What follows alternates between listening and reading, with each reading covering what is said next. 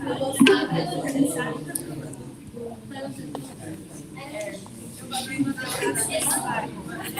bem, gente. Vamos começar. Bom, tá cheio. Até visuais aí hoje, bem-vindos, bem-vindas. Então, esse é o Mercado com veterano, né? Como de extensão do PAC, o professor Thiago faz comigo. Atualmente, o nosso foco é estudar felicidade e tudo mais, mas é um projeto que ele surgiu também para auxiliar as disciplinas de pesquisa do curso de artes cênicas. A gente tem 4 disciplinas de pesquisa, alguns laboratórios de ciência, metodologia de projetos, registros, laboratórios de pesquisa. E a ideia desse evento, principalmente, né, para quem está no segundo ano, que é o pessoal desse metodologias e projetos. A gente vinculou ao evento ali também na participação dos alunos, que é uma desenho do ICE, mas ele é principalmente para apresentar para vocês, né, metodologias, modos de fazer pesquisa, trazer, né, pessoas para contar um pouquinho como que é esse processo, né, porque às vezes tem gente que nunca passou por nada, nem PIC, nem nada, está no segundo ano, está agora dentro do projeto, e aí vem aquele lugar, né, meu Deus do céu, o que eu vou fazer, não sei o que fazer, para onde eu vou, o que eu leio. Então a ideia do evento é um pouco também compartilhar com vocês algumas experiências de que isso acontece com todo mundo, está tudo bem, né? Que a metodologia não é uma coisa só, né? A gente pode, inclusive, também inventá-la, né? Em uma ocasião. Então a gente iniciou no passado convidando professores e professoras do curso, porque era uma vontade também minha, né? De conhecer os colegas, as pesquisas dos colegas, né? E foi muito legal. Até porque a gente tem um acervo do MEPAC, tá? No nosso Instagram a gente tem um link que dá acesso ao acervo. Lá tem todas as palestras, tem um resuminho ali do que aconteceu em cada palestra, algumas tem os materiais de apoio e tudo mais. Então a gente está na 3ª edição agora, a gente está finalizando aí, né? Vamos ter professores de cênicas também. E agora a gente começou também a chamar pessoas externas para falar. Então eu fiquei muito feliz que a professora Paula, né, conheceu o convite. Foi minha banca, a professora Paula, lá no estrado, eu estava começando. Foi a professora no projeto Brincadeiras, no plano de extensão, de uma formação para o plano de extensão, que eu estou até hoje, a Thalissa coordenando, estava sendo nessa orientação, foi presente também. Vocês vão ver que ela tem um modo muito legal, assim, de ser pesquisadora, de ser professora, né, que vai fazer influências, não vou alongar muito, acho que é melhor que eu tenha a Thalissa presente. Acho que vai ser muito legal. Então, vou iniciar o evento assim, enquanto vocês forem, né? A gente trouxe até um convite, deixando melhor, mas se forem com questões livres, enfim, pode perguntar para onde se preocupar. E principalmente para quem está na disciplina, vocês podem aproveitar mesmo para poder, escola mesmo, ai, como é que estou fazendo fazer isso? Será que cabe? Será que não cabe? Eu acho que é um momento muito legal também a gente ter essas trocas. Então, professora, contigo. Vocês não querem chegar mais? Olha as cadeirinhas ali. Dá pra gente puxar um pouco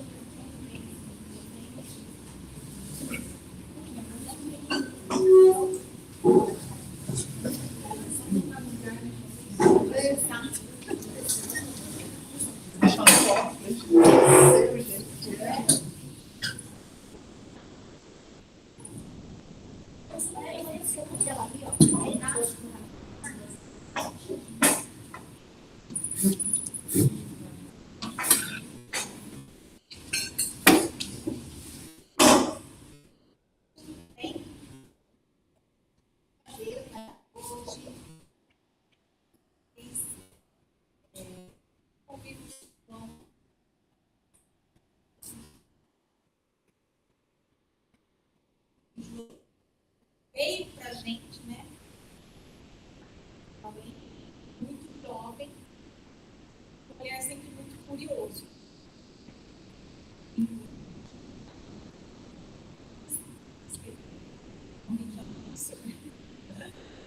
Então, eu sou Paula, sou aluna aqui na UEM, a educação física, eu sou professora de educação física de educação. graduação eu fiz na área da educação, mestrado em políticas, doutorado em formação de professoras, mas nós temos uma especificidade aqui, nós estudamos criança e adolescente, violação de direitos, né, e educação social, é uma área da educação. Muita gente se atravessa aí como criança, como profissional na educação social, mas muitas vezes não se reconhece nesse espaço, porque no nosso país a educação social ainda é um campo em Constituição. Né? Então tem muitos nomes, educação não formal, educação informal, né, pedagogia social, mas a gente segue isso no termo educação social. Quando o João me chamou assim para falar sobre pesquisa, eu fiquei bem feliz, porque no curso de educação física eu trabalho a disciplina de fundamentos do lazer, tempo livre de trabalho, mas também trabalho a disciplina de metodologia. Né? E transitei muito. Né? Então, eu não sou uma professora de educação física, vamos dizer assim, usual. Eu sou meio não usual, mas estou no curso, né, de educação física que não é escutada no curso. A pesquisa, gente, ela é um tripé da universidade, né? Entretanto, hoje, na universidade pública, talvez tenha que ser o tripé que a gente mais tenha que sustentar, que é o que nos diferencia de outros espaços de formação profissional. Os nossos pós-graduandos, né, estão dando aula em instituições privadas. Aqui na universidade pública está o cerne ainda da pesquisa. Por isso que a gente luta tanto para o financiamento. Porque a pesquisa, ela tem que servir para algo. E aos interesses de quem? Pesquisar algo que não vai chegar em lugar nenhum, desperdicia um pouco. Certo? E essa toada de decidir sobre pesquisar tem que perseguir a gente a vida inteira, até no trabalho do curso. Né? Então, a gente tem que tanto fazer do professor universitário quanto uma luta do professor universitário.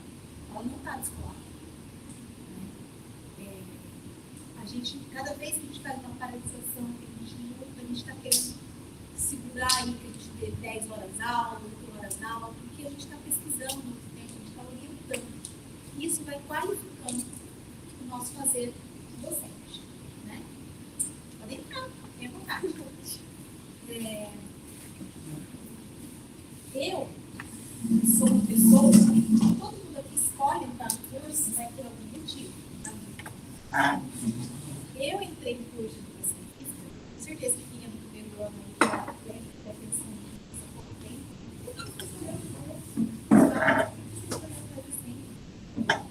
E a minha história no mundo da educação física tem a ver com ser atleta. Né? Mas é tão importante a inversão dos jovens na formação profissional que eu fiz balé dos 3 aos 23 e nadei dos 6 meses aos 27 anos.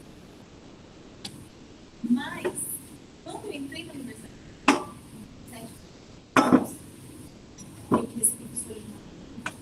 Assim, não consegui presa em 4 paredes.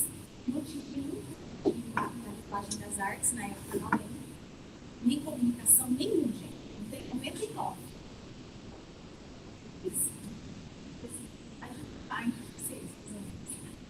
E em 99, e não tinha. Curso assim, mais relacionado com o corpo, um curso mais próximo da liberdade, era educação física. E eu cheguei lá e descobri que não era nada disso, não era nada livre, não era nada.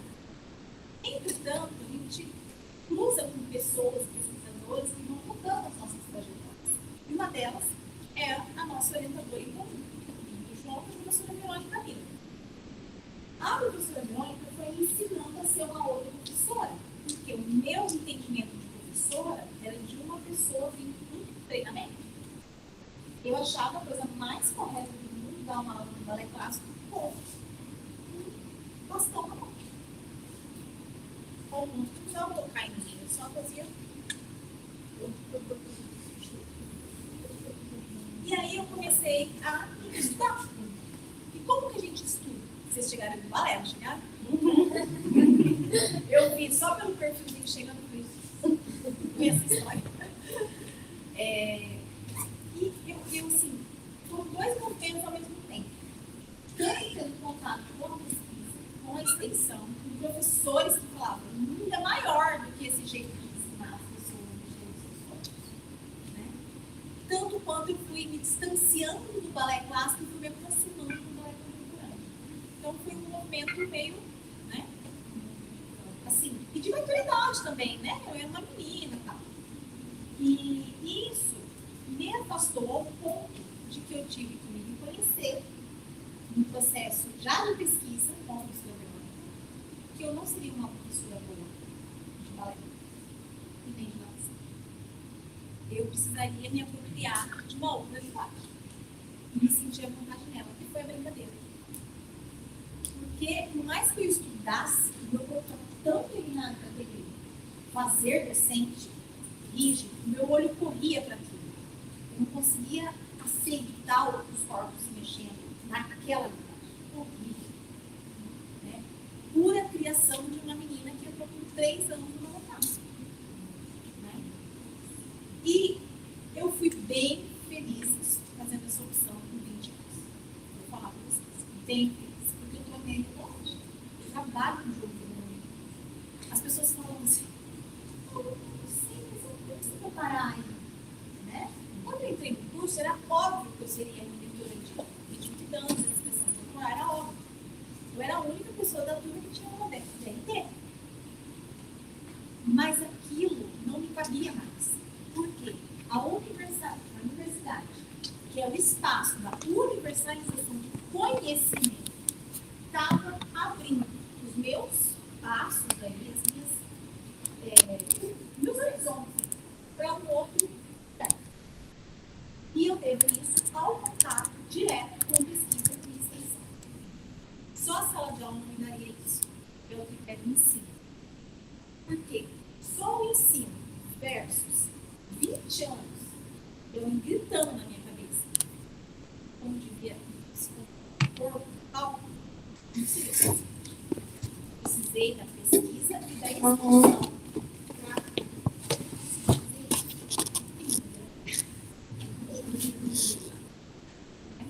Então, gente, quando a gente fala de pesquisa, claro que a gente vai falar de método, de técnica, de ética, né? Mas a gente está falando de possibilidades. Por que eu estou contando isso aqui para vocês? Porque sempre me toca falar com gente das artes, porque eu sempre tenho, tanto é que eu sempre estou perto, né, de vocês, assim, de alguma forma. Eu não sei quantos orientandos da cênicas eu tive já na minha vida, né? Tem motivo, né? Eu gosto da sensibilidade, eu gosto do olhar, eu gosto do posicionamento, das ideias que fogem um pouco da lógica. E a pesquisa, ela tem que servir para isso também. Para qualificação docente, para fazer novos corpos se mexerem de outras formas. Mas isso é feito em método, não é de qualquer jeito. Não adianta alguém chegar e falar assim, Paula, para com isso, vai fazer outra coisa, nada a ver esse negócio de balé. Não. Eu tive que estudar Paulo Freire, eu tive que conhecer o Boaventura de Souza Santos, eu tive que me apaixonar pelo livro História da Leitura do Foucault, para começar a me constituir como gente pesquisadora, né? Sorte que meus alunos que vieram depois, porque imagina se pegassem aquela Paula de 17 anos, que eu dava aula com um bastão na mão, né? Não seria uma experiência muito agradável. Enfim, essa introdução é para dizer para vocês que pesquisa tem muito mais a ver com o nosso cotidiano, com o nosso ser e estar no mundo do que a gente imagina. Então, desmistifique um pouco isso, né? E a imagem, se a gente perguntar para uma criança de 5 anos assim, se veste de pesquisador, como que ela vai se vestir?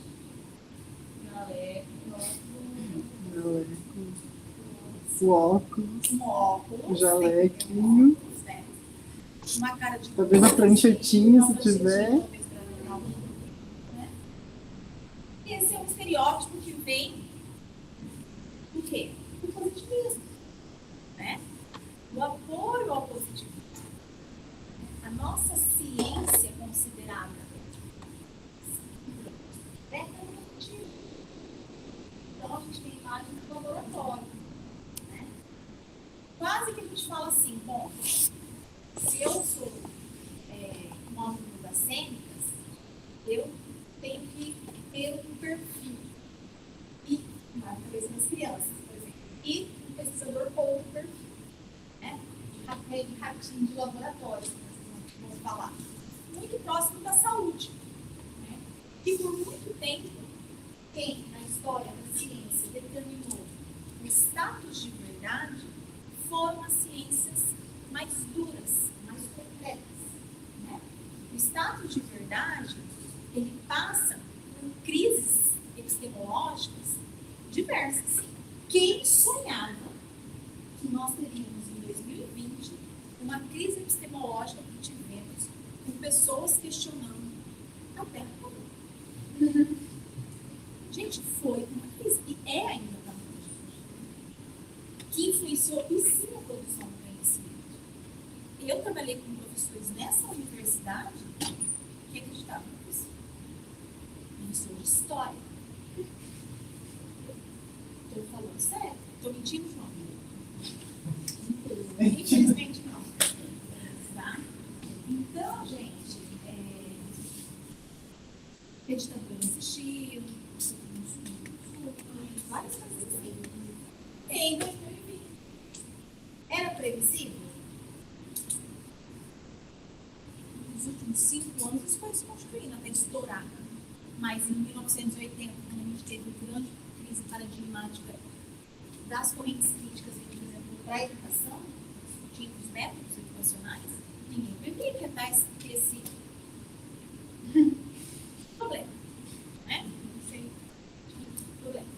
Então, hoje, a gente sendo filmado dando aula. Essa lógica do professor de história e física plana, meu irmão está no direito esse ano e perdi.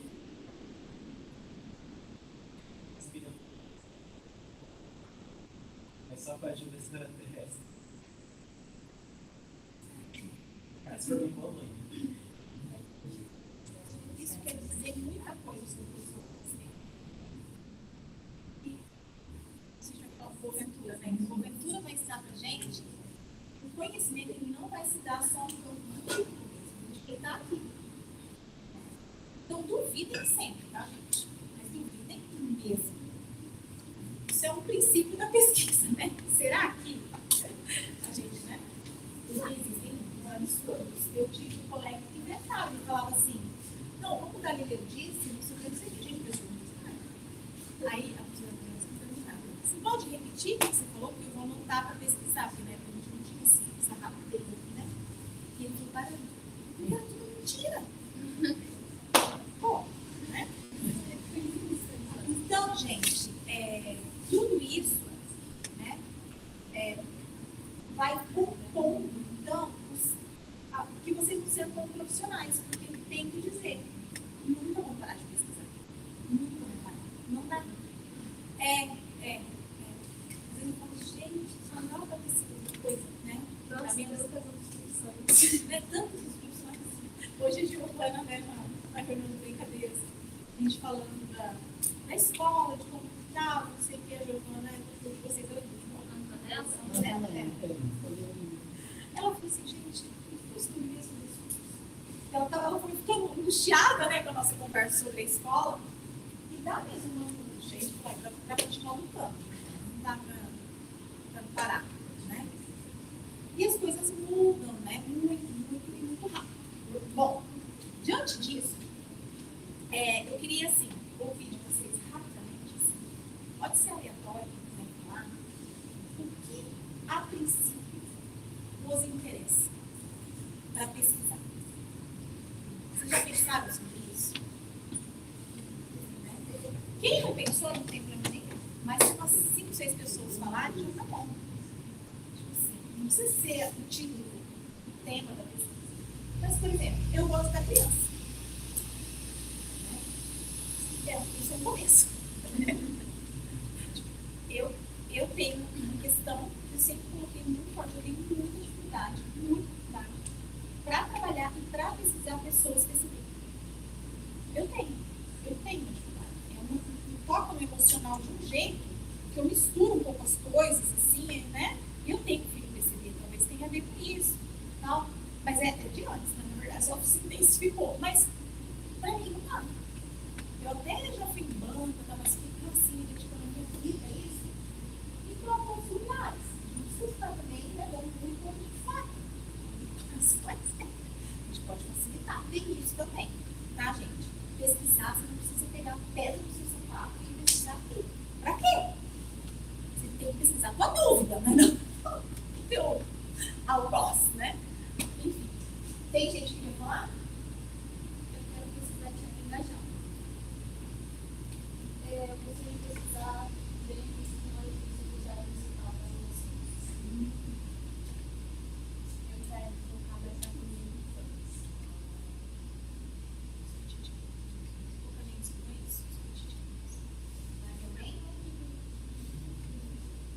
Não? É, João. Ó, vai suar, hein? A gente teve uma aula até agora só. Tá bom, tá bom. Bom, mas vamos lá. Esse tema que eu trouxe para vocês aqui, educação social em reclamos e subsídios e experiências de investigação, é para contar então a minha trajetória como pesquisadora na universidade, certo? Ela começa na graduação. Eu fui uma aluna de projetos. Então, eu fiz pesquisa científica, fiz sempre extensão. O projeto que hoje a gente coordena, eu e o João e a Thaís, por exemplo, eu entrei nele com 18 anos. E eu estou aqui, eu tenho 44. Estou aqui no mesmo projeto. Né? Então, essa é a trajetória, certo? E sempre numa relação muito orgânica com o que eu fazia. Isso é uma coisa muito importante no desenvolvimento da pesquisa. A gente tem essa chance nas nossas áreas. Né? Não tem ninguém aqui que vai estudar requimoca da parafuseta, do armário, de não sei o que, da densidade. Não tem. Do madeira. Né? A gente tem essa chance. Né? Bom, então, isso tem que ter alguma vantagem, gente. Para que o financiamento não fique, né? São pessoas biológicas que vai ter. Né?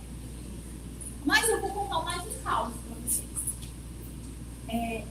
Eu entrei na faculdade e outros colegas da escola entraram também, certo? Aquele movimento de que a gente acha que vai ser amigo para sempre e falei assim, né? Cada um vai no curso, às vezes se mantém, às vezes não.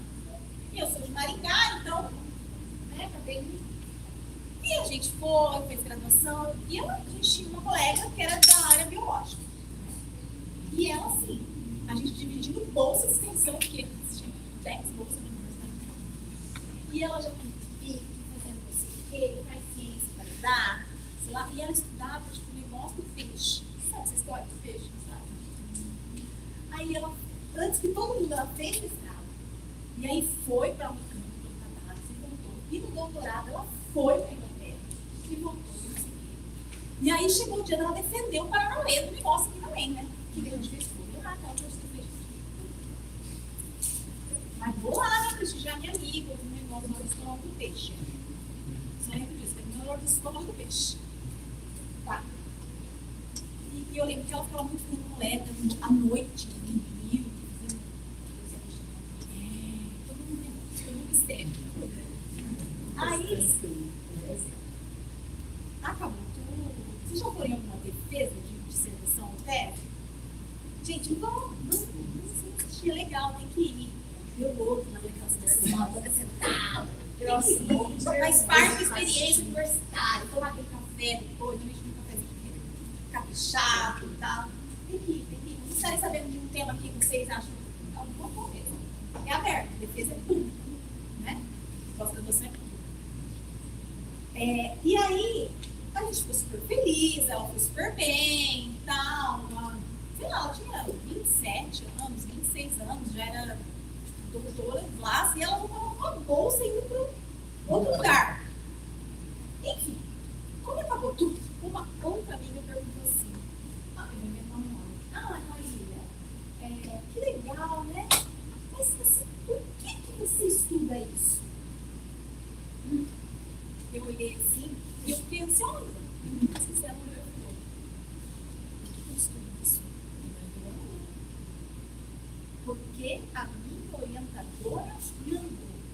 Ou seja, dos 17 aos 27, ela foi estudando do lado do estômago do peixe, porque a minha orientadora mandou. Gente, isso não tem sentido. Isso não tem sentido. Mas eu na época, eu pensei, tira o título do doutor. Porque não pode o doutor responder isso. Ela era uma executora. Uma ótima executora. Que falava 3 línguas, né? Português mais 2 línguas. Mas, mesmo estudando o estômago do peixe, você tem que saber por que você estuda isso. Porque tem que ter um sentido. Não dá para responder isso. Vocês estão entendendo onde eu quero chegar? E aí, eu falei, não é essa a resposta. Fiquei pensando na época. Eu já estava fazendo mestrado na época na educação. Eu fiquei pensando assim, não é essa a resposta. Ela não sabe a resposta. Não pode ser essa a resposta. Eu fiquei inconformada. Até porque, gente do céu, a gente quer dar humanos assim, que luta para ter uma bolsa, que luta e conversa, e conhecer a Itália, e conhecer não sei o quê. E eu lá, pegando busão para o RPG, fazer mestrado, e voltar, lascado. Não é possível. E eu tenho uma sorte na vida. Sorte mesmo. Eu considero uma sorte. A minha mãe é uma grande pesquisadora. Uma grande pesquisadora. E 1.001 bolsistas, 3.900 prêmios, aquelas produtividades diárias, nada a ver comigo. Minha mãe é da biologia. Aposentou ano passado aqui na mãe. E aí, eu cheguei para minha mãe, me ajuda para mim responder. Porque assim, eu tenho uma grande admiração para mulher, e falta agora, nessa altura da vida, eu perguntar para ela por que ela estuda o negócio que ela estuda e ela falar assim, porque é possível. Porque alguém mandou. E eu fui perguntar. Não contei nada da história, né? E falei, mãe, por que você estuda isso? Minha mãe estudou desnutrição proteica do plexo entérico de rastro suíço. Ela conta neurônio, literalmente. Na época eu estudava isso. E aí ela falou assim, você sabe qual é o impacto da nutrição proteica sobre o que é proteína? O intestino é o segundo cérebro. E não, eu fiquei assim. Essa é a minha mãe. E aí, mas eu ia ficar muito decepcionada. Você imagina uma orientadora que soubesse esse pedaço, o sentido da coisa. Não estou falando, né? Uma comparação de duas, as únicas poucas que eu conheço a biologia. E eu contei para ela isso, ela falou, isso é super comum. Super comum. Porque os alunos vão ficando muito bons, tecnicamente falando. E um outro pedaço, que é de ser gente, de se colocar no mundo, pesquisador, enfim, não pode ser assim.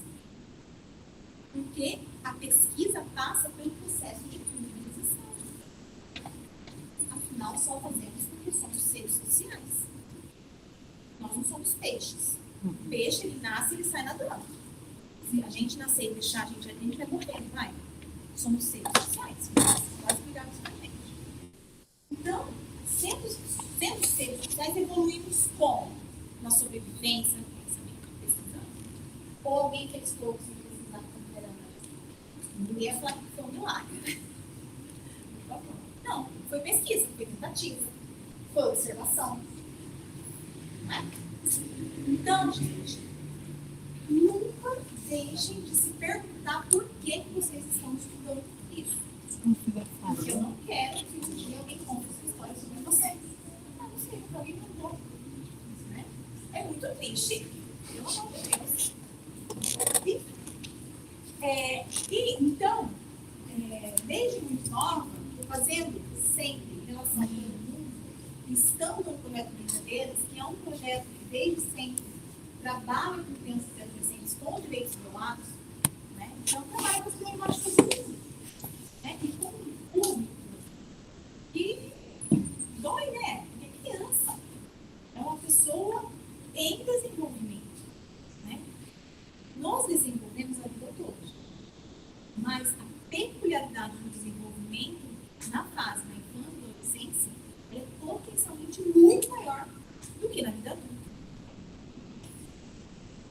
Então, diante disso, todas as minhas escolhas de pesquisa, elas tiveram a ver com o meu cotidiano. E é isso que eu acho que é um bom início, um bom start para o que vocês vão fazer com pesquisa, né? Então, o TCC, por exemplo, quantos de vocês têm TCC? Ai, não, você já vai estar formado. 2030. Eu acho que eu já fui professora de TCC, guardei o ano passado para voltar dar aula de novo. Mas eu acho super importante a pessoa ter a pesquisa dela, sabe? Mesmo na graduação, chamar ela de sua. Eu acho muito legal. Mas vocês fazem um processo de pesquisa. Sim, ele resolveu o método. Porque aquilo que a gente vai lá assistir no final do ano, não é processo de TCC. Esse histórico um pouco foi isso. A gente veio para o antigo, tinha uma disciplina de METEC no primeiro ano, que era dada genérica, e no quarto ano TCC. Isso foi retendo muito ao longo, isso foi gerando ali uma questão. Aí eu trouxe uma reformulação do período para tirar o TCC e distribuir a pesquisa nos 4 anos. A gente distribui mais faz E aí teve uma escolha na época da LGU, teve várias coisinhas assim, que isso ajudou também a gente até para justificar a LGU e tudo mais. E aí com essa turma que se formou no currículo novo, né, que é o atual, a gente viu isso, funcionou o que a gente fez, de decupar esse, fazer esse processo ano a ano, de ser todos da nossa área, de ensino. Então, atualmente acontece isso, o pessoal tem feito o TCC, só que não está tendo certificado ali. Então, a gente agora no currículo novo voltou, né, vai aproveitar as coisas que já existem, reformular algumas coisas, mas basicamente é o que a gente fala, vai seguir o que vocês estão fazendo, agora vocês vão ter algo lá. Porque agora eu lembrei de ser banca de TCC na SEMI, bem no começo. Nossa, legal. Rafael. Sim. Nossa, era muito bom. Processo, depois que a gente quiser sempre depender depois. Mas depende, gente. Apresenta. Eles apresentam. Na disciplina tem a apresentação que conta, mas atualmente ela conta como trabalhar do CE. Lá ainda tem trabalhar do CE. É muito necessário ter uma regulamentação própria. Tem uma regulamentação própria de horas, tipo assim, quem pode ser o orientador, quem pode ser o co-orientador, quem tem algo por a banca, tem uma regulamentação. Então, o curso tem que incluir o TCC no currículo. Tem um exame, por exemplo, na segunda tem. Reprovou você, gostar, né? Tchau.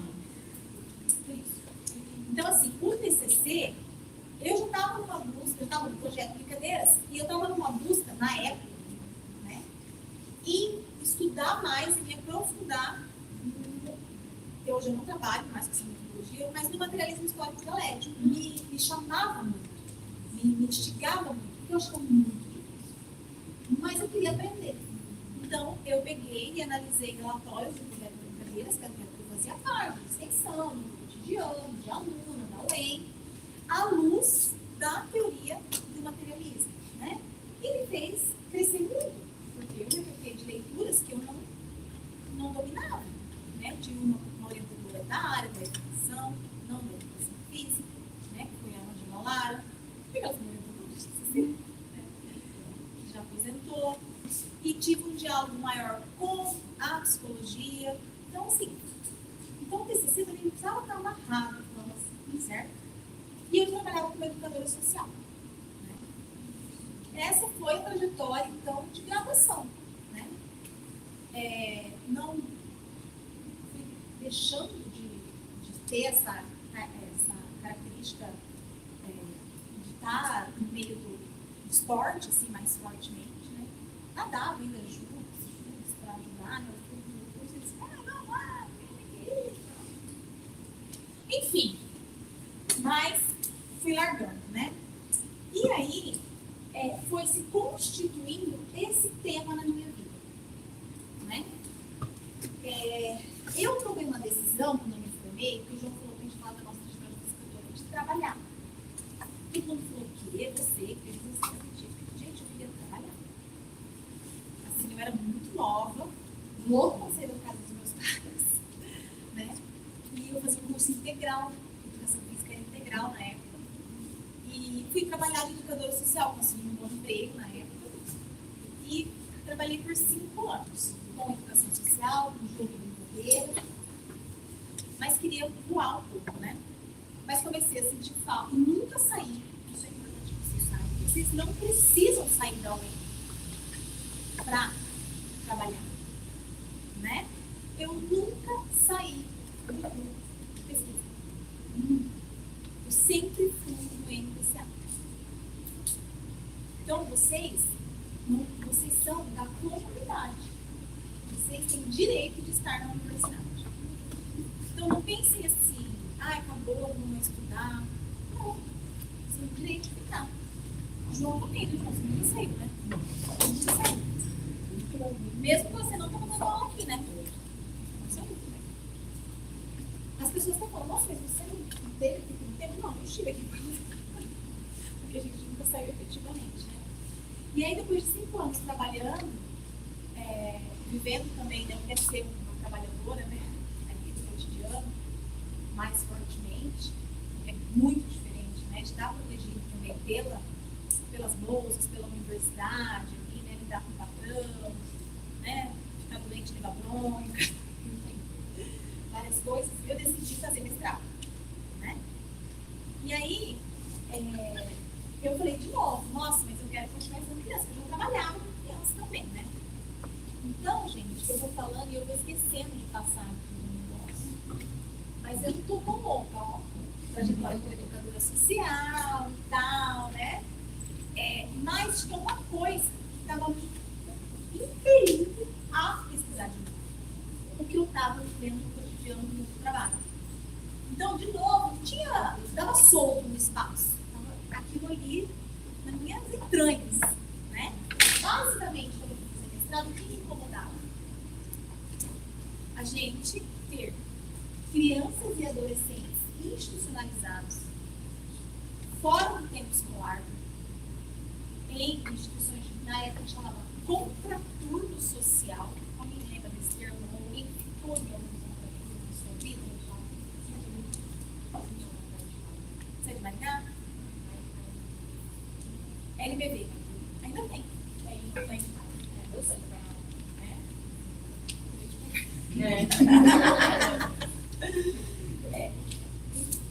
Mas assim, e aí eu estava vivendo esse cotidiano de um lugar educativo que não era a escola, certo? E um contato muito forte com as crianças e adolescentes, num bairro que eu comecei a viver aquele cotidiano do bairro. Isso tem muito a ver com a educação social, que é um bairro que é ali perto da Itaú, que é o da São Jorge, da Bardelina, aquela região. E eu moro ali também, né? Eu moro perto da Itaú também. Hoje eu morava com minha mãe, eu gosto da liberdade. E aquilo eu não me conformava mais, porque era o dinheiro público de uma coisa chamada Fundo da Infância e da Adolescência, que era gestado pelo terceiro setor. Eu queria estudar esse negócio de terceiro setor.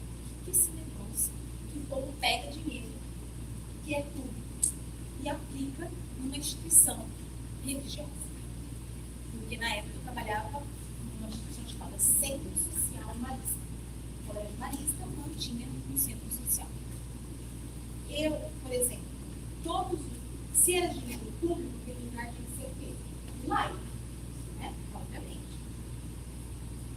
Todos os dias, nos 5 anos que eu trabalhei lá, eu entrava na minha sala, eu tinha uma sala de jogos. Gente, uma coisa que eu nunca trabalhei em tantas condições materiais quanto naquele tempo. Nem hoje na universidade, nunca. Eu falava, isso que eu quero, chegar. Vamos cobrar. Vamos fazer chegar. Né? Porque a gente está acostumado a trabalhar com nada, né? E eu chegava todos os dias. É um lugar bem grande. Quem conhece Maringá assim, Passo Lagaúnas, na quadra de baixo, bem grandão. Né? Foi um núcleo social. Tinha as casinhas das irmãs, tem ainda as casinhas das irmãs em volta, que elas emprestam para as famílias, um programa de. Tem um nome disso, é tipo de habitação. Você não consegue pagar aluguel, mas você mora ali de graça, e elas vão guardando seu dinheiro, você construi sua casa, é um negócio. Mas enfim, é ali no meio do bairro. E aí, eu chegava e estava lá todo dia. São Marcelino Champagnat, que é o santo marista lá, Nossa Senhora e os filhos. Todos os dias eu chegava, tirava. Eu tenho religião, tá? Mas vocês perguntem, eu tenho minha religião. Eu guardava no armário e falava, olá, bom dia. O diretor perguntou, nossa, não tá errado, no público. Aqui eu tenho criança. A maioria das crianças lá, elas eram provenientes de igrejas neopentecostais. Entendeu? Tinha algumas crianças de religião de matriz africana e algumas católicas. Mas, pô, aquilo era giro público. E todos os dias que eu voltava, eu dava aula de manhã e à tarde. No outro dia, 7h45 da manhã, que eu abria a sala, você chegava no nosso eles davam uma ordem para o nosso colega da limpeza retornar.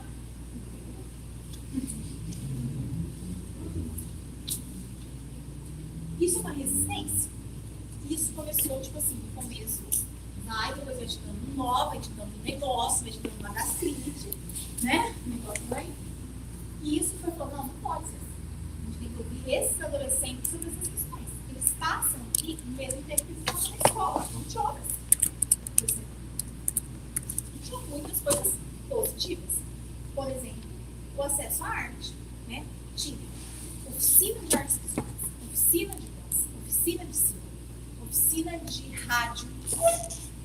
Tinha muita capoeira, era uma diversidade, eram pessoas muito legais que trabalhavam, assim, profissionais na época. E aí eu fui fazer mestrado para escutar, trabalhar com os adolescentes, né? Aí eu trabalhei no mestrado com dois lugares aqui de Maringá, o Centro Social Marista, com os adolescentes, e com os adolescentes de uma instituição que existe até hoje, o Centro Social fechou, chama Lar Escola da Criança. Né? Lá perto do Martinha Fonte, né? Perto. Eu moro do lado. Você mora do lado. Do Revermagore. Isso, naquela região. E eu estudei com os adolescentes, fiz uma pesquisa participante, né? Fiquei com eles bastante tempo. Trabalhei a partir de imagens com uma técnica chamada grupo focal, que é uma técnica de coleta de dados que é como se fosse uma entrevista coletiva, mas é um grupo de debate. Então a gente trazia algumas figuras sobre a cidade, sobre violação de direitos, sobre o estatuto do adolescente, e a gente se colocava a discutir com os adolescentes. Eu registrava e depois analisava isso. Né? Fiz isso nos 2 lugares.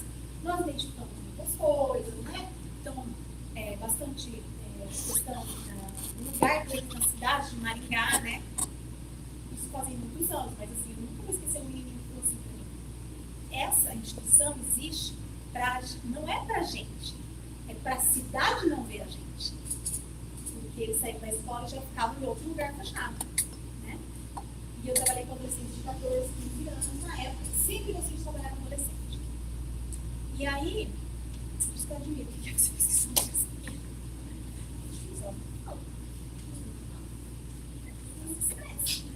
Enfim. E aí, por que eu estou falando da dissertação de mestrado? Porque disso gerou a tese de doutorado. Vocês estão vendo que é um movimento? Isso é nosso que fala isso. Quando você está na faculdade, você não sabe o que você está fazendo, aí você faz mestrado, você entende o que você estava fazendo na faculdade, aí você faz doutorado, você está fazendo mestrado. Isso porque trabalhando eu fiz especialização. Na época eu estudei uma coisa muito da educação física, que eu também falei aqui, mas basicamente eu trabalhava com jogos cooperativos. Já ouviram falar? Os jogos cooperativos, eles têm uma linguagem muito apropriada, assim, que foi contada, na verdade, né? Por muitas empresas para trabalhar, tipo, ginástica laboral, das coisas assim. E era péssimo, assim, né? E a gente entende ainda, né, João, o projeto, jogos cooperativos, como uma linguagem lúdica para discutir participação social, respeito ao corpo do outro, as posições do outro, enfim. E aí eu fui impactada pela produção científica dos jogos cooperativos na área da educação física. Tinha muito a ver com a pedagogia do esporte. Assim, não vou lá de pedagogia do esporte. Mas enfim. E aí eu fiz uma leitura de todas as obras em português, fazendo uma crítica às obras relacionadas a essa teoria dentro do trabalho com o jogo e brincadeira. Coisa muito mais da educação física, assim, mas por isso que eu não falei. Mas tinha a ver com o meu cotidiano. Eu trabalhava com jogos cooperativos nessa instituição. E aí, o que ficou assim, né? Diante disso que eu vivi lá no mestrado,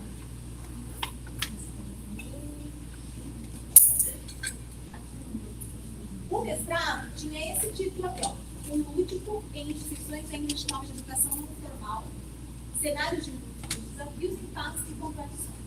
Porque a gente estava preocupado com a linguagem lúdica das crianças e adolescentes, porque a gente entende a necessidade como uma expressão humana. Então, como que essas crianças e adolescentes se expressavam dentro de uma instituição religiosa, né, bancada com dinheiro público, em que os pais não estavam optando por pôr aquelas crianças lá.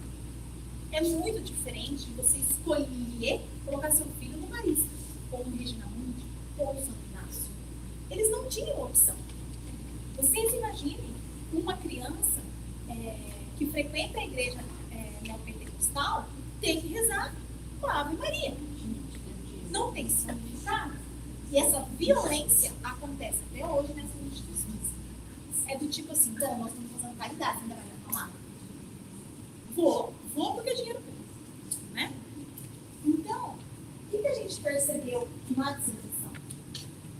Que as crianças estavam gritando isso no seu brincar, nas suas relações de pares, né? Porque o brincar passa pela cultura de pares ali, né? De troca, enfim. Mas que, se a gente não investisse no ponto nevrálgico dessa relação, que era a formação de quem trabalhava com essas crianças e adolescentes, a gente não ia avançar. Porque era enxugageiro. Era enxugageiro, né? Eu tinha educadores naquele momento que achavam que era correto que as crianças rezassem uma reza que não as representasse. Tinha educadores que não reconheciam a lei do seu país, que é o Estatuto da Criança e Adolescente, como a lei máxima que organizava a vida das crianças. Né? Eu tenho assim, relatos de educadores na pesquisa, na dissertação, que contavam que o ECA foi um de serviço, que era quando batia era muito melhor, né? E isso a gente chama assim de lacuna. É uma coisa que vai ficando da pesquisa, assim, ó, que vai ficando uma pulga na sua orelha, literalmente. Você fala, bom, isso aqui é um problema de pesquisa. Porque ele foi gerado, então, de uma imersão no campo que veio da onde? Do meu fazer de professor de educadora, professora. Né? Então, é tudo com muito mais sentido nesse sentido. E aí, o que a gente foi fazer? Estudar a formação profissional na área. E a formação profissional na educação social, subsídios a partir de experiências. Por quê, gente? No Brasil, a gente tem uma tradição de que a educação para as pessoas pobres, fora do espaço escolar, é trabalho de caridade, de assistencialismo, que é diferente de assistência. A assistência, ela é importantíssima e ela garante a sobrevivência de muita gente. Certo? Nós vivemos numa organização social capitalista que preconiza que tem gente que vai precisar da assistência. enquanto tem gente que não vai precisar. Enquanto a relação organizacional, social for essa, a gente vai ter. Às vezes um pouco pior, às vezes um pouco menos, né? Mas mais hostil. Porque essa é a base da relação. Né? A exploração do homem pelo homem. Considerando isso, né, a gente vai ter a necessidade sempre, né, de rever quais são os parâmetros educativos fora do tempo escolar. Por quê? Fora do tempo escolar? Porque no nosso país a gente tem uma lei só para a escola, que chama LDB. Não é? Ela sustenta as políticas públicas educacionais escolares. No seu artigo 1º ela fala do direito à educação. No seu artigo 2º ela fala essa lei está atrelada à educação escolar. Ou seja, ela faz assim e depois ela faz assim. Literalmente. Não pegou. Pegou? Esqueci. E aí, isso pra gente que reconhece que existem diferentes espaços de educação, às vezes mais potentes que a própria escola, é um tiro do pé. Né? Porque a gente não está dizendo que a escola não é importante, a escola é importantíssima. Hoje a escola é o lugar em que a criança está com direitos garantidos, com muitas aspas, o maior tempo possível na nossa sociedade. Não é? O que aconteceu com as crianças na pandemia que não estavam na escola? Vocês estavam na escola. Na pandemia. Não, sim, mãe. Quantos anos você tem? 21. Você estava com... Não estavam presencialmente, estou dizendo. Presencialmente. Na escola. Tipo, se vocês são da geração que não fez o ensino médio, o final do Fundamental 2 e o médio, presencial. Isso eu quis dizer. Entendeu? Mas eu peguei o presencial também. Não, pegou, mas vocês estiveram fora também enquanto adolescentes. A pandemia atrapalhou a formação básica de vocês. Entendeu, querido? Mas aí, por quê? Mas acho que eu não me expressei bem. Eu pensei, você é mais velho? Porque Eu fiquei, nossa, ai. eu entendi que você... Eu pensei assim, acho que então ela já tinha saído da escola na pandemia. Mas, por que isso era tão preocupante? Quem está com as crianças? Pais trabalhando, pais em casa, famílias cuidando de crianças, famílias extensas, né? Todos os familiares cuidando. Num país que 70% dos casos de violência sexual contra criança e adolescente acontecem na relação familiar. Isso, para quem trabalhava com violência, foi um grande problema. Imagina para as crianças que estavam lá. Né? Porque a gente não tinha acesso às crianças. Então, quando a gente fala da escola, gente, a gente tem que tomar muito cuidado. A escola tem muitos problemas, muito. Eu fui professora de escola há pouquíssimo tempo. Exatamente 1 ano e 5 meses. Professora da escola. De CPSS, sabe? De educação física, dá 5 aulas no Balu, 3 aulas no Dastan. Eu fui assim 1 ano e 5 meses. Mas foi essencial para a minha experiência. Eu já tinha mestrado, eu odiei. A não ser um lugar que eu dava aula, que era uma escola muito pequenininha, chamada Itaipu, que era lá longe. Não, bem pequena, era outro jeitinho assim de viver a escola. Foi maravilhoso, ainda bem que eu tive essa experiência. Porque essas grandonas eu ficava desesperada. Enfim. Mas a escola, gente, ainda é um lugar em que a política pública mais atende e mais garante, às vezes, a sobrevivência das crianças. Né? É um adulto em contato. Pode ser um adulto que a gente quer morrer nesse adulto. Está em contato, mas vai estar. Ela está saindo de casa. Ela vai estar com um grupo de crianças. Ela vai estar convivendo. Não estou fazendo aqui uma análise romântica do que é a escola. Estou fazendo uma análise de onde a política pública garante sobrevivência da criança. Qual nós estamos trabalhando no projeto nas férias em relação às crianças? As crianças estão na escola. Elas não comem. Elas comem qualquer coisa. Porque escola significa, para muita criança, comer. A gente dá uma luta segurança alimentar das crianças nas férias, não é? Né? Então, a escola, ok. Agora, vocês imaginem, e a gente tem na escola professores que já se admitiram agora, nesse tempo, que tem que ter uma formação superior, né? Então, você não quer que seu filho aprenda matemática com uma pessoa que gosta de matemática. Você quer que ele aprenda com um professor de matemática, certo? Nós tivemos aqui no Brasil, amigos da escola. Lembram desse termo? Né? A gente até tinha uma camisetinha, amigos da escola, inimigos da educação. E foram essas tentativas de falar, não, tem que flexibilizar, o cara que pinta tem que ensinar a pintar, o cara que não sei o quê. Ou seja, isso para o filho da classe trabalhadora. Né? No colégio privado, não. Eu quero melhor. Então, isso foi se consolidando com políticas públicas educacionais. E a LDB é a lei que organiza isso no nosso país, certo? Entretanto, nós, né, na nossa área, nós reconhecemos como, gente? Pesquisando, não é assim.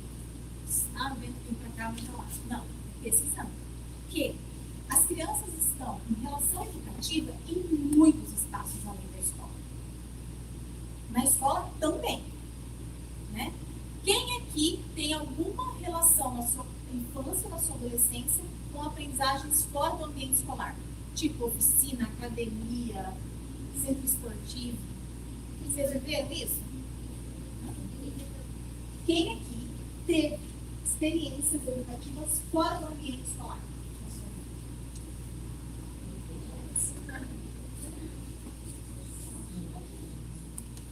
Então é muita gente? É muita gente. É mais da metade. Quem está ensinando essas pessoas?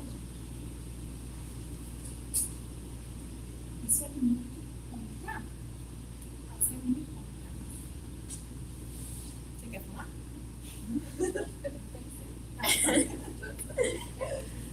Por quê? Porque a gente ainda está caminhando na política pública educacional brasileira para entender que esse é um espaço de ação docente profissional. Tem vídeo aqui das cênicas, tem vídeo dos visuais, né? E a gente há de reconhecer que essas áreas, então,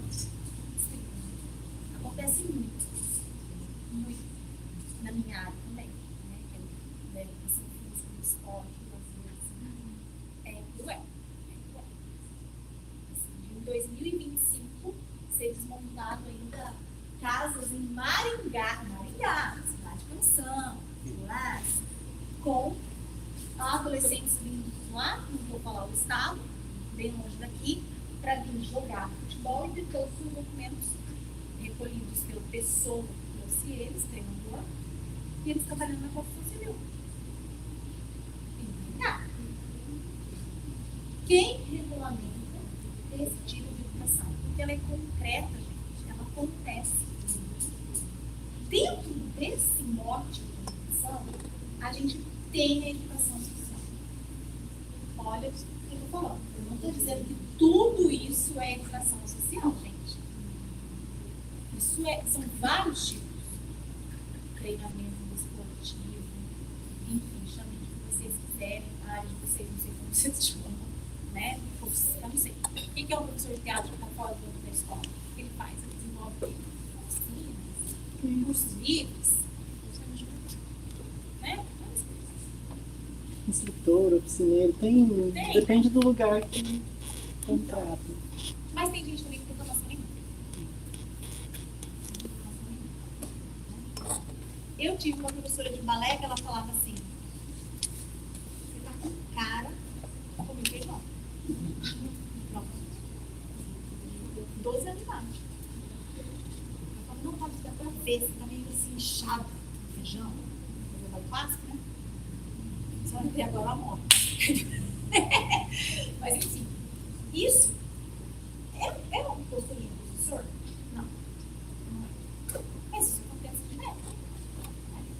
E muitas histórias assim.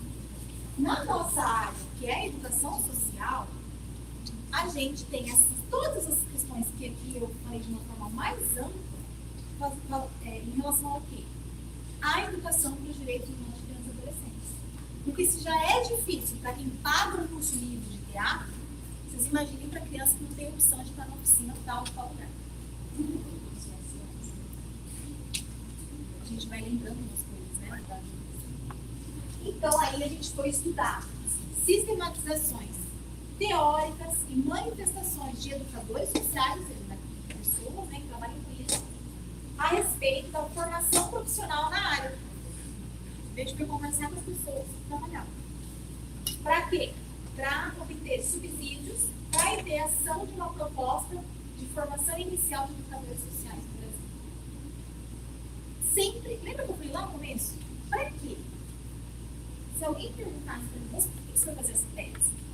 Porque eu quero que tenha uma boa formação inicial, ou seja, uma graduação, nessa área.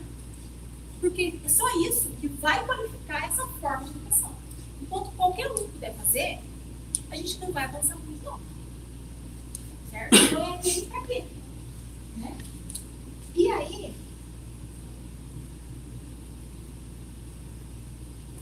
a gente tem que aprender que, para a gente chegar no nosso objetivo geral, que fica lá, uma tese são 4 anos, né? Fica lá, a gente tem que se abastecer de objetivos específicos, que são praticamente os passos para a gente chegar lá. Método é caminho, gente. Método não é técnica. Método é caminho. E diante disso, o que a gente foi fazer? Estudar, então, explorar a produção técnica, científica da área, de quem estava estudando sobre esse negócio, de quem estava estudando esse negócio. Depois, a gente foi conhecer as características da formação, como as pessoas se formavam em educadores sociais. Em lugares.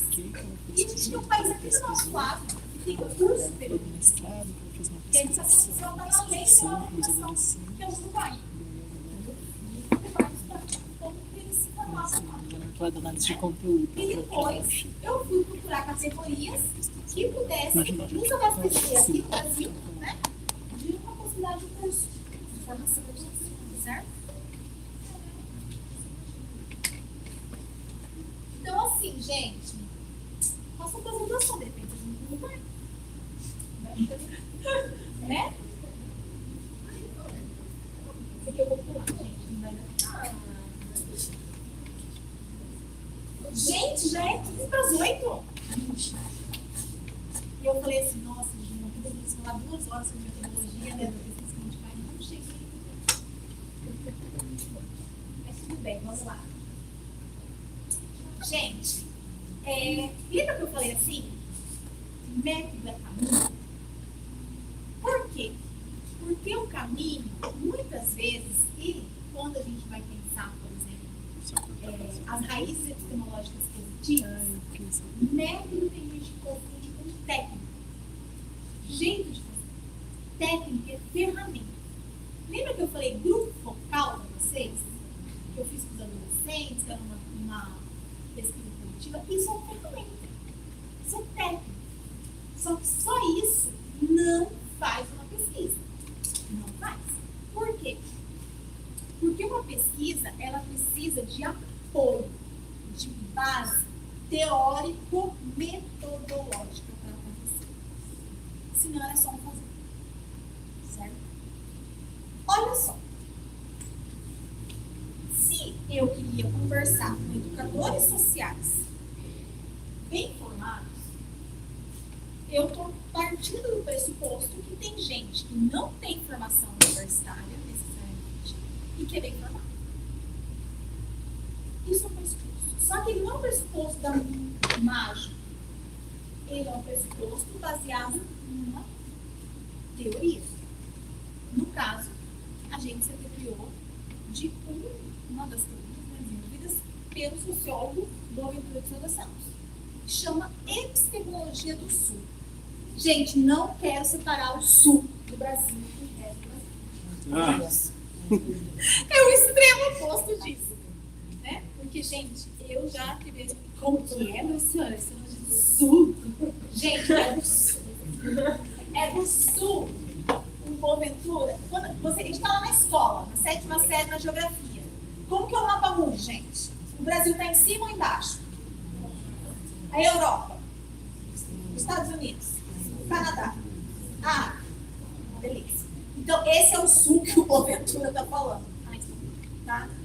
Quando ele fala epistemologia do sul, é dar visibilidade para quem, em geral, não tem ciência. Conversar porque ele considera que todo mundo produz conhecimento. Ou vocês fazem conta mais rápido que o Fernando? Não fazem. Não fazem. Nem vem falar disso. Isso é conhecimento. Professora, mas o matemático também é. Mas o Fernando também é bem rápido. E ele desenvolve método, técnica e para isso. Né? Você acha? É desse conhecimento que o Fernando fala. É o da academia, ou da vida cotidiana, que vai emergir um outro conhecimento, que a gente chama isso de processo de tradução. É um pouco mais que mediação. Mediação é quando a gente pega esse aqui, pega esse conhecimento e a gente vai discutindo esses dois.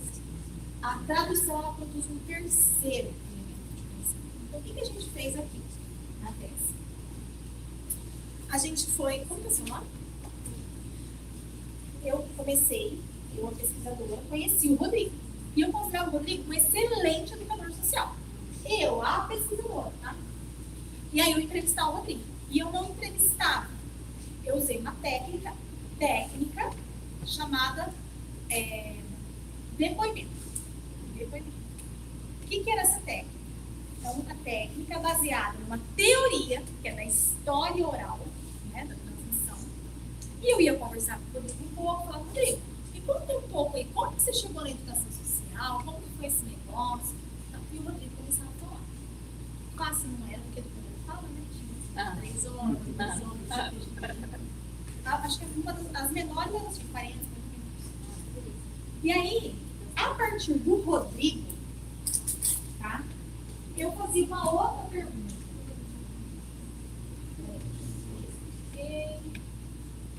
Mas assim, você tem que explicar um pouco mais da teoria, eu volto, tá?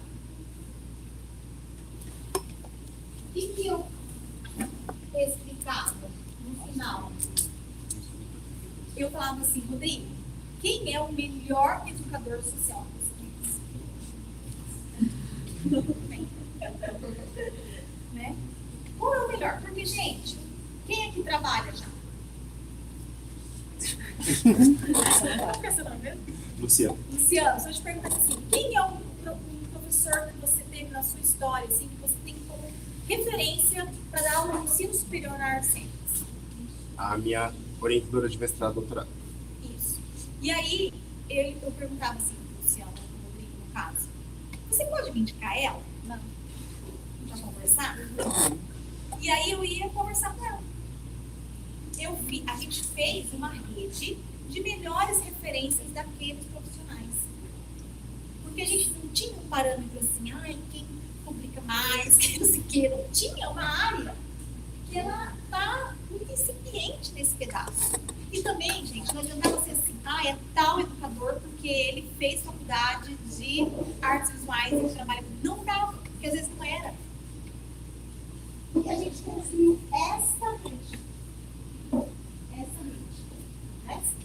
Umas vindo da nossa experiência no PCA e umas vindo de um congresso que teve aqui. E a gente ia perguntando. Falhou? Falhou pra caramba, gente. Porque a gente fala assim, não esqueci um. O melhor educador social que eu conheço foi um educador, me falou isso, foi um educador lá do Sarandi, que trabalhava comigo em Roma. Ele falou assim, é o Tonho das Olindas. Agora pegou.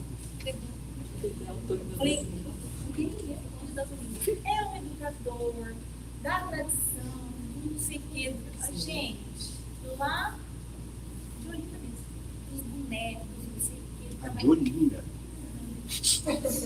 E eu falei, então, ótimo, e como que eu vou dar? Olha, um pouco difícil. Porque ele já é um senhor de 80 anos. Poxa. E aí eu pedi o seguinte, e algumas pessoas falaram, você tem outra pessoa? pessoas para indicar, uma delas está escolhida. Eu porque pesquisadora professora temporária na época, né? Dando aula de educação física 20 horas por semana. Dando aula de esporte de guete para sobreviver. Enfim. E aí, então falhava às vezes. E a gente explicava na tese que isso não tem problema no processo de pesquisa. Né? Justificar. Olha, foi indicada essa pessoa, o acesso não foi possível por isso. Mas a rede continuava. Quando que a rede parava? Isso chama bola de neve, técnica de bola de neve. Quando os dados começam a se repetir. Então, você entrevista tal pessoa, depois você entrevista tal, e aquilo fica muito repetitivo, e aí você fala, bom, acho que esgotamos esse braço de indicações.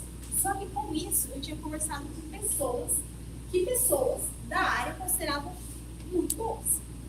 Vocês imaginam o privilégio com todas as pessoas? Foi um privilégio para mim, que sou apaixonada pela área.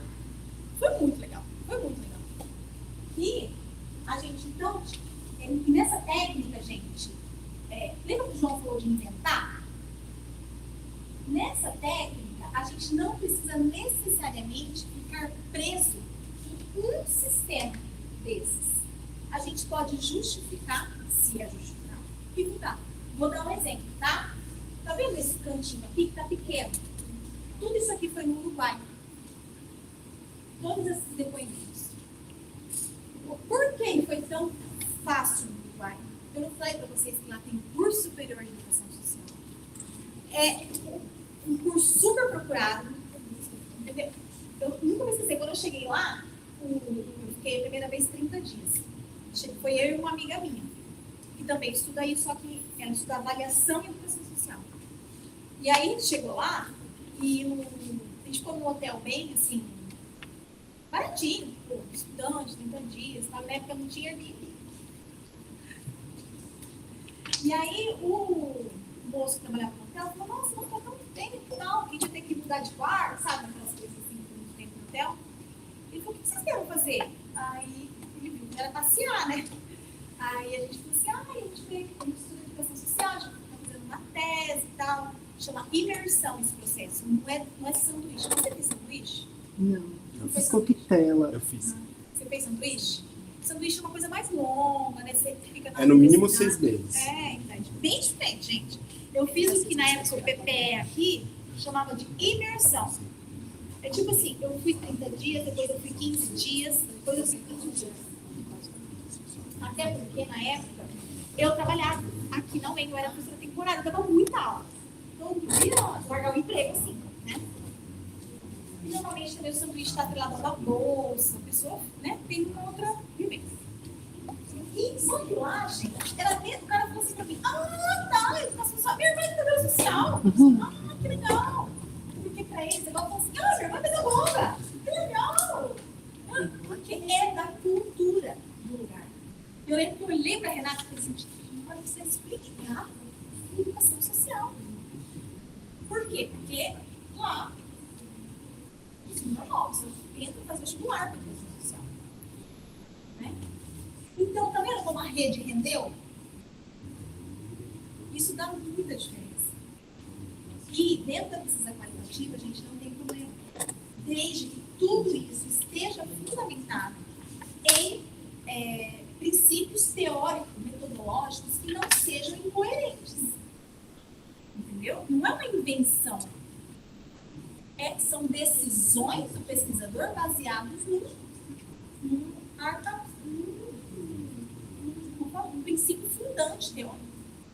Que tem a ver com Paulo Freire, tem a ver com o Boaventura de Souza Santos, que tem a ver com o Edgar Morin, que são sociólogos, educadores que ele estudou para tomar essas decisões, para não ser incoerente com os números. Então, a técnica, gente, ela tem que ter sentido também. Não é assim, eu quero fazer entrevista com criança. Para quê? Por quê? Onde? Baseado em quê? Como assim entrevista? Quanto tempo você vai conhecer as crianças? São muitas pessoas.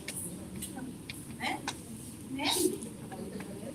Tem gente que faz entrevista com criança e fala assim, nossa, quanto difícil fazer com essas crianças, elas não falam. As pequenininhas não falam, mas as maiores, se você tem vínculo, elas falam, mas elas se expressam muito bem em outras formas também. Só que você tem que conhecer as pessoas. Não dá para pesquisar e falar, né? Não é um sangue que você tira, assim. Um pedaço que eu sei. Isso é tudo. E aí,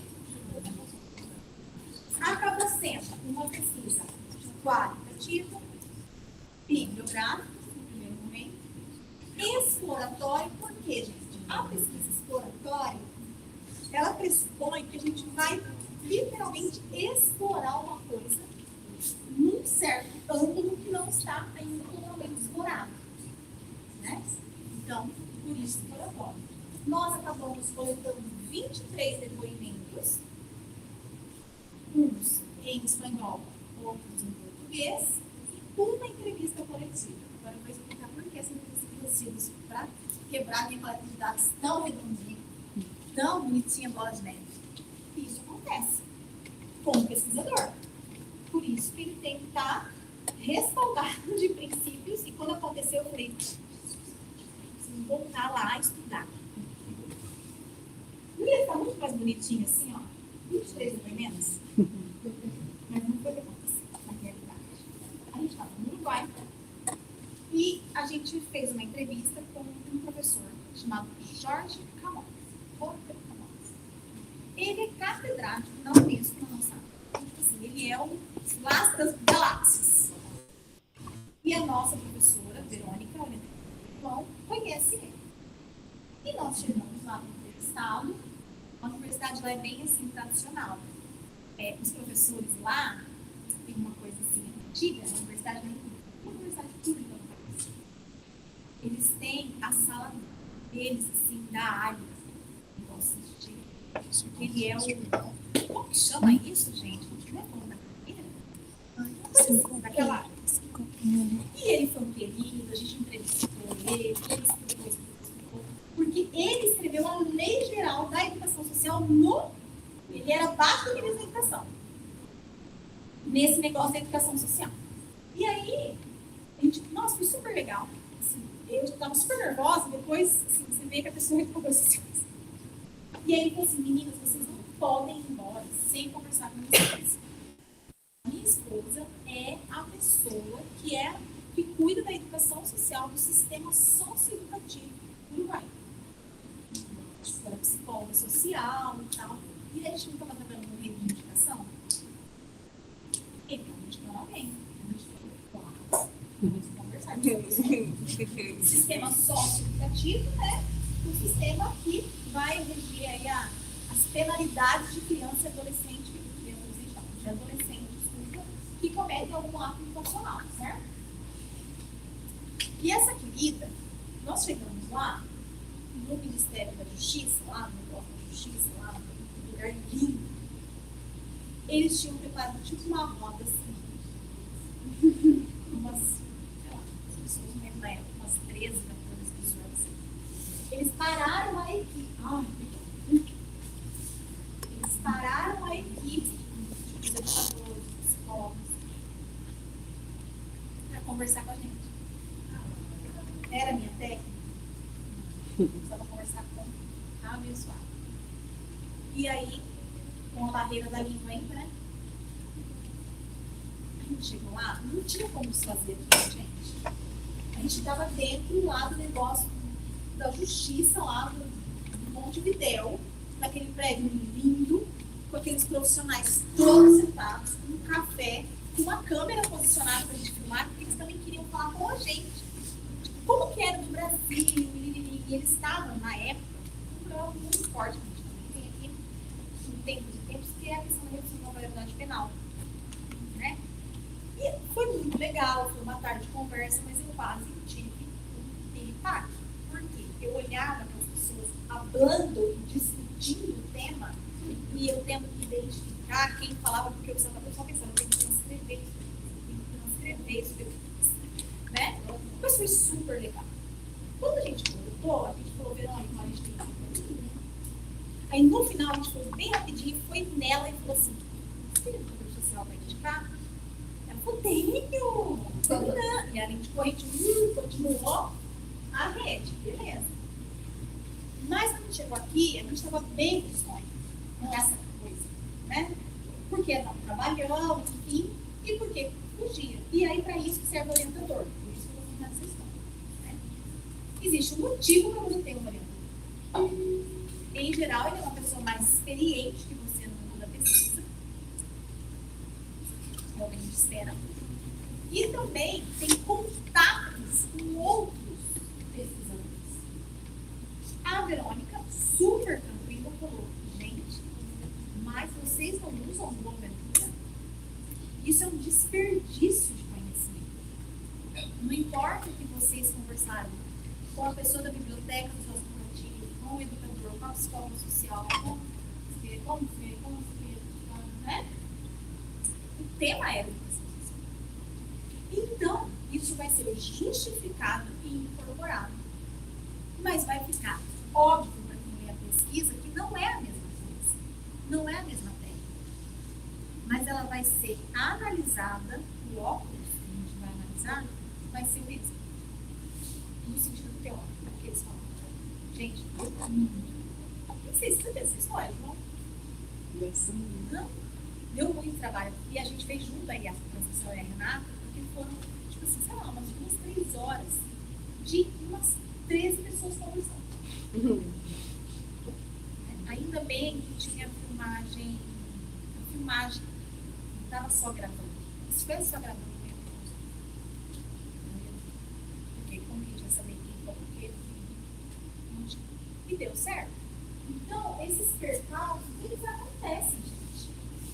Só que eles têm que estar ancorados mesmo, subsidiados por esses processos que sustentam os percalços, as análises, as intercorrências de uma pesquisa.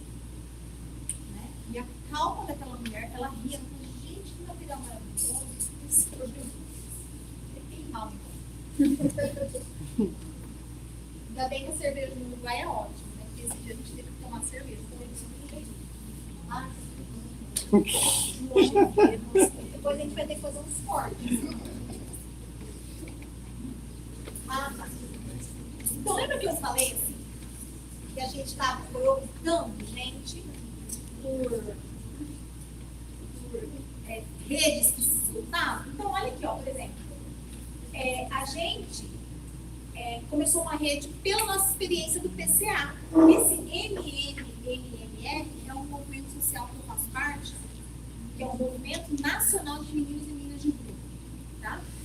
Então, a gente fez uma rede de educadores no Brasil, pequeno, abençoado, e indicou uma educadora argentina. Tinha eu como texto da Argentina, de Paranauê, fui eu conversar com a mulher, mas eu não fui lá na Argentina, de dinheiro. Na época a gente fazia por Skype.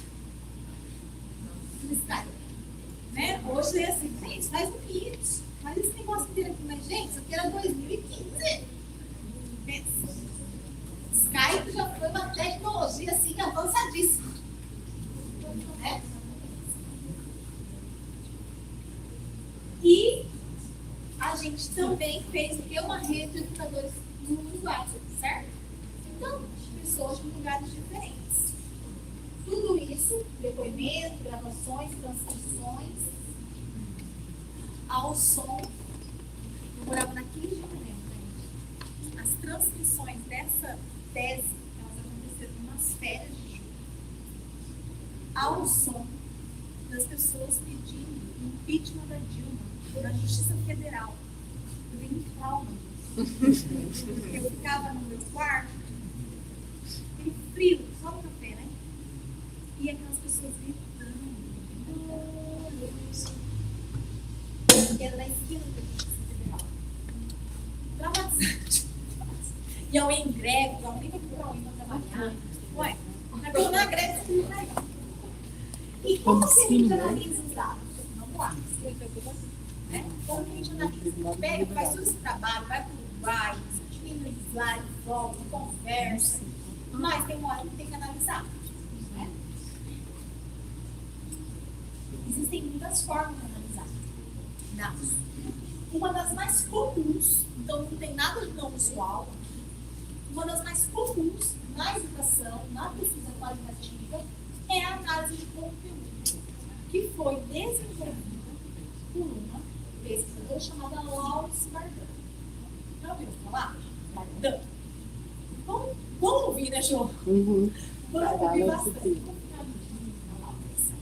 Que ela é uma pessoa que desenvolveu uma técnica de análise das comunicações. Por isso que na nossa área a gente vai usar bastante. Porque em geral a gente vai pesquisar com as pessoas se comunicando.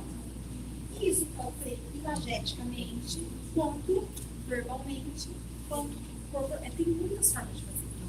Mas é uma técnica muito comum na nossa área, análise de conteúdo. O João usou também, né, João? Usei.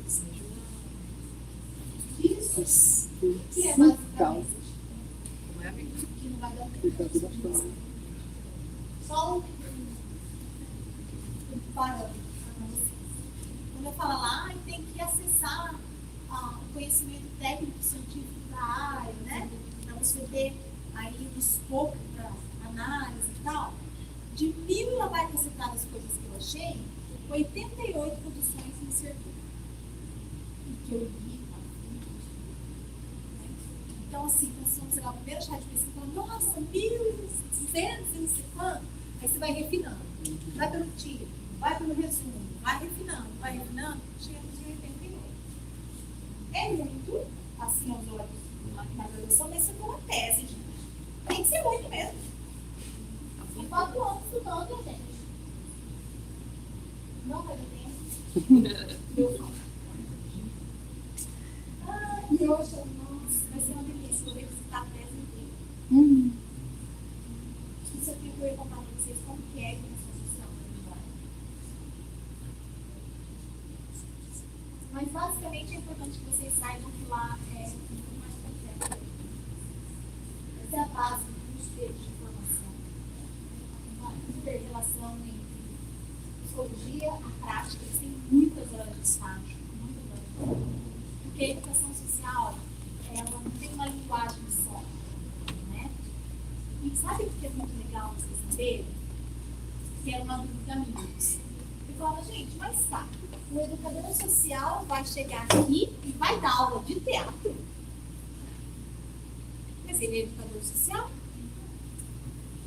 Como que é isso? Eles falavam, não, ele não vai dar aula de teatro. Tem professor de teatro para isso, que domina as questões do teatro. Ele é o educador social. Ele pode apresentar a linguagem do teatro, ele pode aproximar aquele menino que não está nem mais indo na escola, ou uma escola de teatro.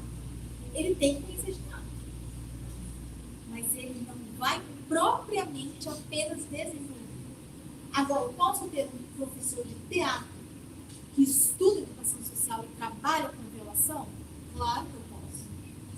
Mas, gente, existe uma coisa nas linguagens que chama conhecimento historicamente construído. E todo mundo tem direito a ele.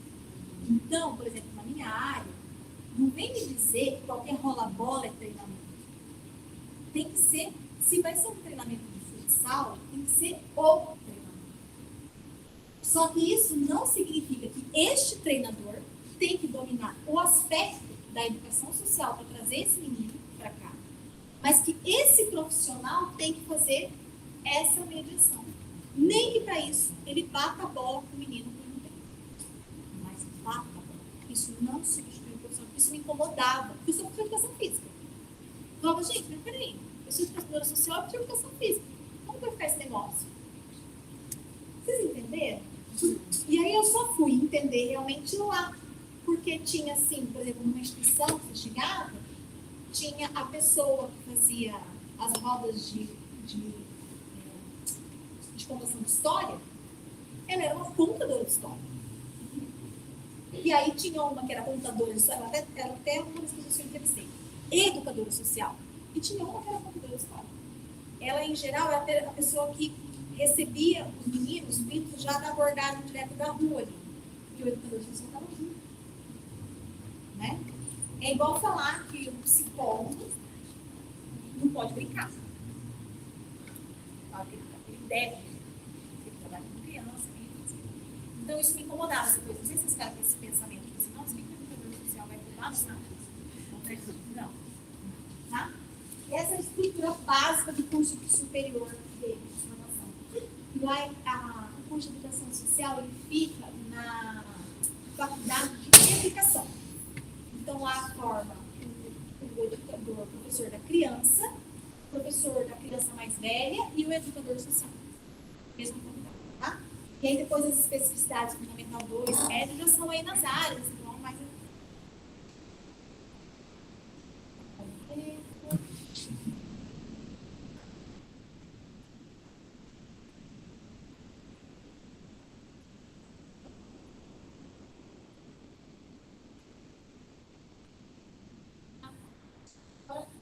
Metodologicamente, gente, uma coisa que é bem importante, uma pesquisa, é que a gente não estabeleça uma relação de desvelar dados só assim, vamos pensar, dados bonitos, fantasiosos, cheios de expectativa de um mundo melhor, né? Existem os dragões também, tá? Especialmente assim, quem tem uma trajetória na militância, a gente às vezes é meio assim apaixonado pelo que a gente faz, né?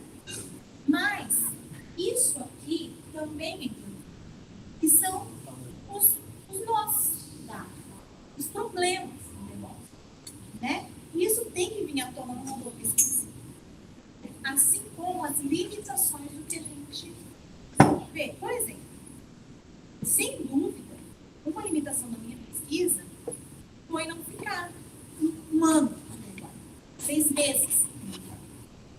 As condições materiais objetivas que eu estava vivendo naquele momento não me permitiam isso. E isso é uma lacuna. Porque nós somos, né, a gente trabalha com eles até hoje, a gente publica o livro a cada 2 anos com eles, né? É muito legal, uma coleção que começou lá atrás, Brasil, Argentina e Uruguai. Então a gente tem contato. E toda vez eu descubro outras coisas. Eu falo, gente, se eu tivesse ficado lá um ano, né? Por isso que a gente tem que pegar sobre financiamento, pós-graduação. Isso qualifica, gente. E como você vai ficar um ano no Uruguai? Tem que ter bolsa, né? Então a briga vai indo longe, né? E então, no nosso caso, a gente foi percebendo, então, uma invisibilidade nas discussões acadêmicas, isso é um problema. Tinha lugar, por exemplo, na ANPED, que é a Associação Nacional de Pós-Graduação em Educação, que na época, onde eu era afiliada, precisava publicar na ANPED, a gente não tinha um eixo para publicar. A gente publicava no eixo de movimentos sociais.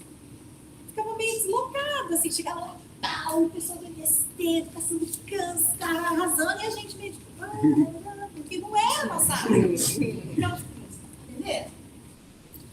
Desconhecimento da sociedade brasileira sobre a educação social, em geral as pessoas não sabem, e o brasileiro tem um olhar muito positivo para o voluntário. Isso tem muito a ver com a nossa história, com a nossa relação com a Igreja Católica, com a escravidão, né? Tem gente que até hoje acha que o PCA é um lugar de fazer caridade, né? Tem gente que até hoje acha que é assim, vamos fazer uma doação para o PCA. Né? Não, a gente está aqui numa luta pelos direitos das crianças. Uma luta. Né? Não que o ser voluntarioso não é importante, mas voluntário não é funcional. Ou vocês querem ser operados por um médico voluntário? Não, né? Vocês querem ser operados por um médico muito bom, que seja profissional. Ninguém quer. Voluntário, certo? E uma insatisfação com a formação profissional dos educadores. Eles têm uma insatisfação com a formação deles, né? Eles sempre falam, falta formação. E tem uma outra questão que ainda precisa ser objeto de muitas pesquisas, olha a contradição.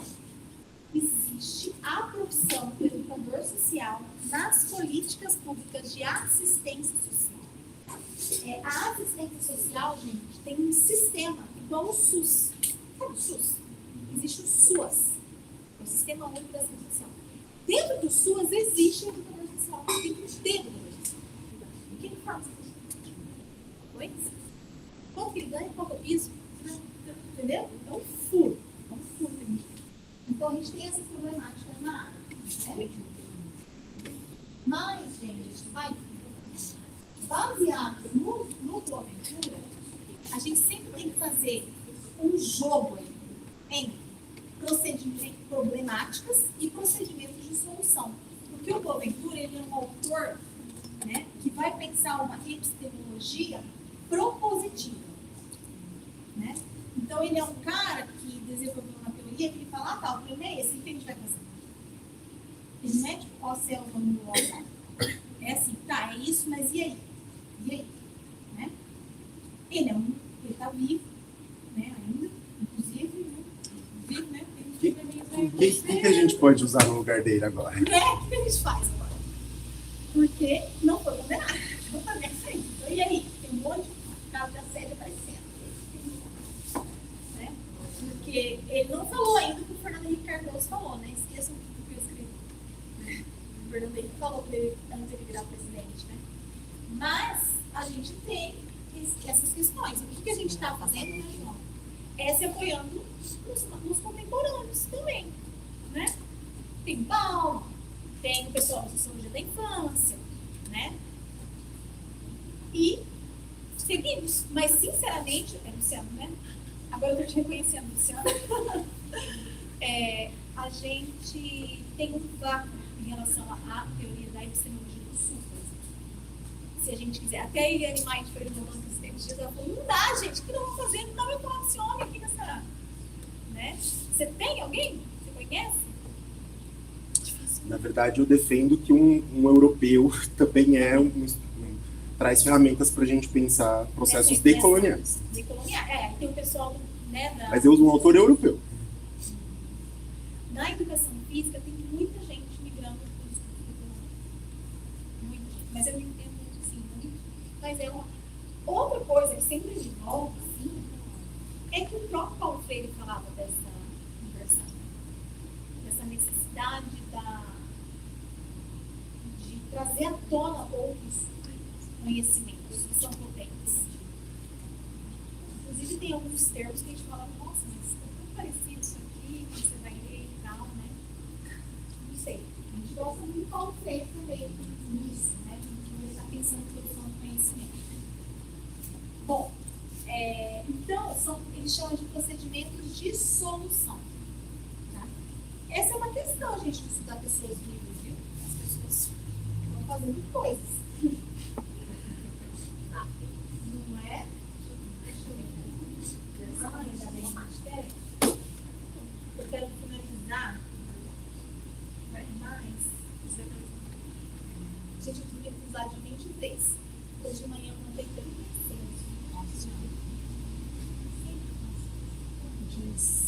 Acho que saiu ali o carro. Eu tirei de tá. também. Tá.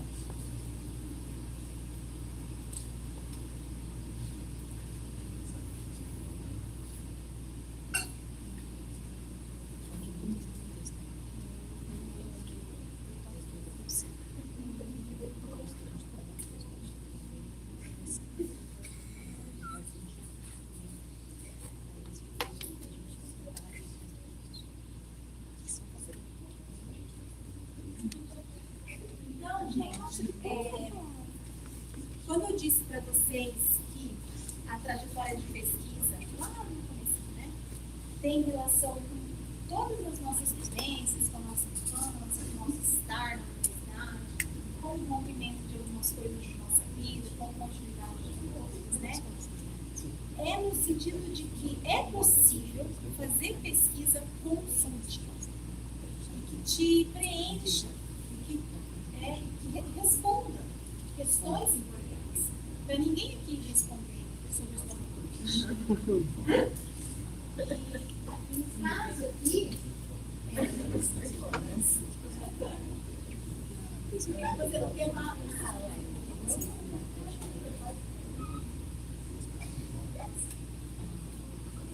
Eu estou procurando. Ai, não sai.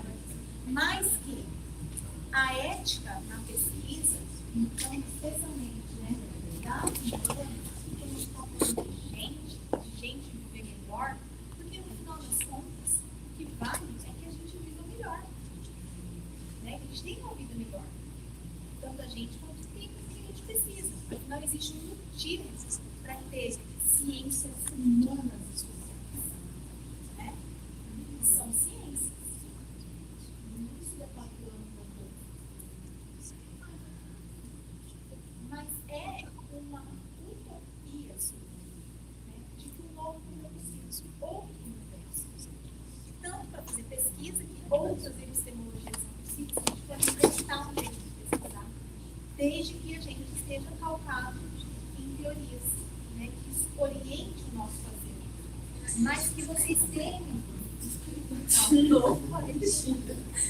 mas que vocês tenham, então, uma perspectiva de que para que eu estou fazendo isso. Não estou dizendo só de pesquisa aplicada, né? Mas estou dizendo até do estômago. Porque depois eu descobri. Aquela pessoa, por exemplo, não me satisfez, né, gente? Porque tem a ver com as questões da condição da água, o jeito que aquele peixe naquele lugar está com o estômago tem a ver com a condição. Então tinha muito a ver com isso.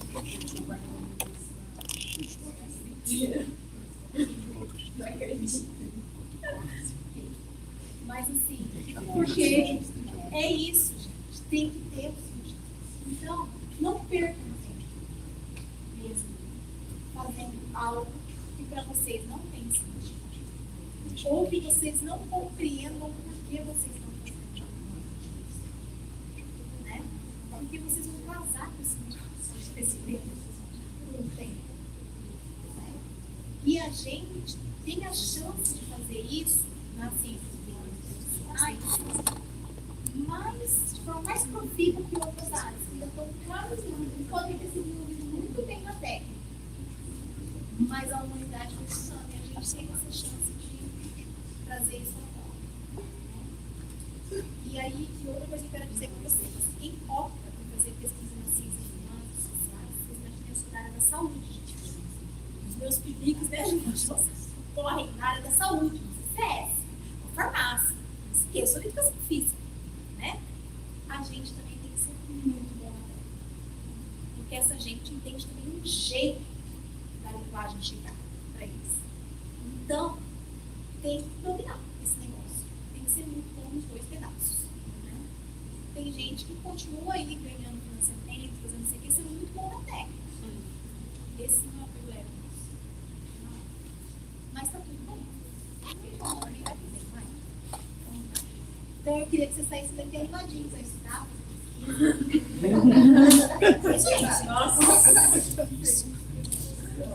Se você que decidiu. É tão gostoso terminar, não é? Tem aquele sentido, então vai falar, isso aqui eu escrevi literalmente de cabo a rabo. É isso, obrigada.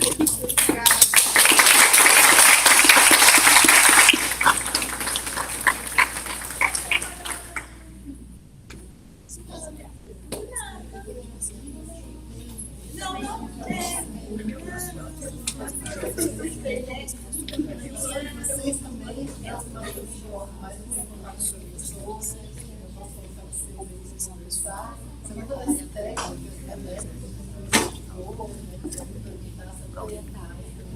Posso tomar íntegra também. Né? Da técnica. Não, se vocês olharem só mesmo.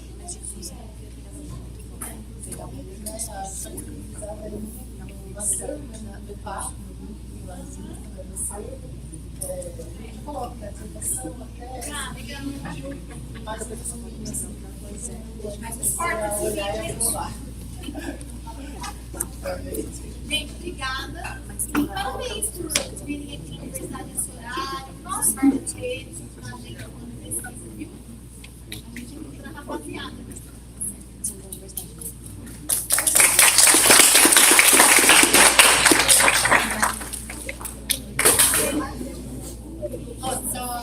Eu tenho uma dúvida em relação ao projeto da universidade. Não está aberto para participarem, né? Está aberto. Ano passado não estava. Mas Aí eu me engano. Só no início dessa esse ano não está valendo para o CE de vocês. Está valendo o projeto. Né? dizer, é um projeto que tem que ser A questão de UCEP, eu acho que a Federação Chave do UCEP, então elas fizeram, elas ministraram coisas lá. Sim. Tipo, como um projeto de extensão aberto. Aí ganha a hora. Eu, uma aumentação. Tá bom, falando então também é mais fácil. Eu acho que Ele tem muito tempo pra sair, né?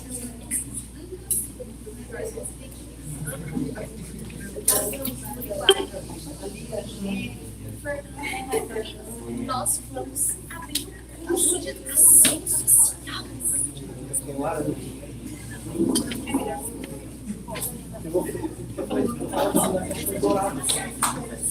Você não trabalha na